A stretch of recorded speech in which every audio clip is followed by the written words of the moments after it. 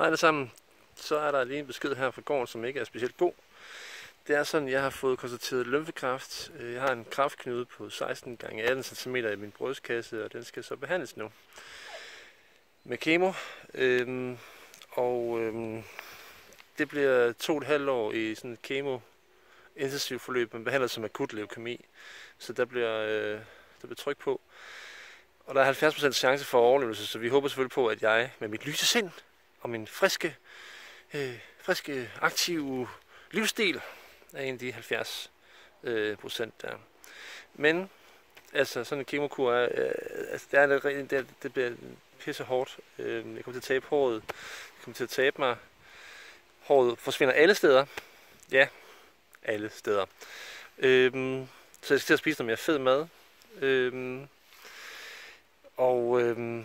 Ja, så finder jeg så endelig ud af, at jeg har lige fået løst det store mysterie for mig, om jeg egentlig havde humor eller tumor. Jeg har tumor, sådan er det.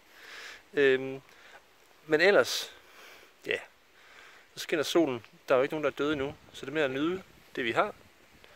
Så hygge jer derude, og have en god weekend, og ja, vi ses derude senere.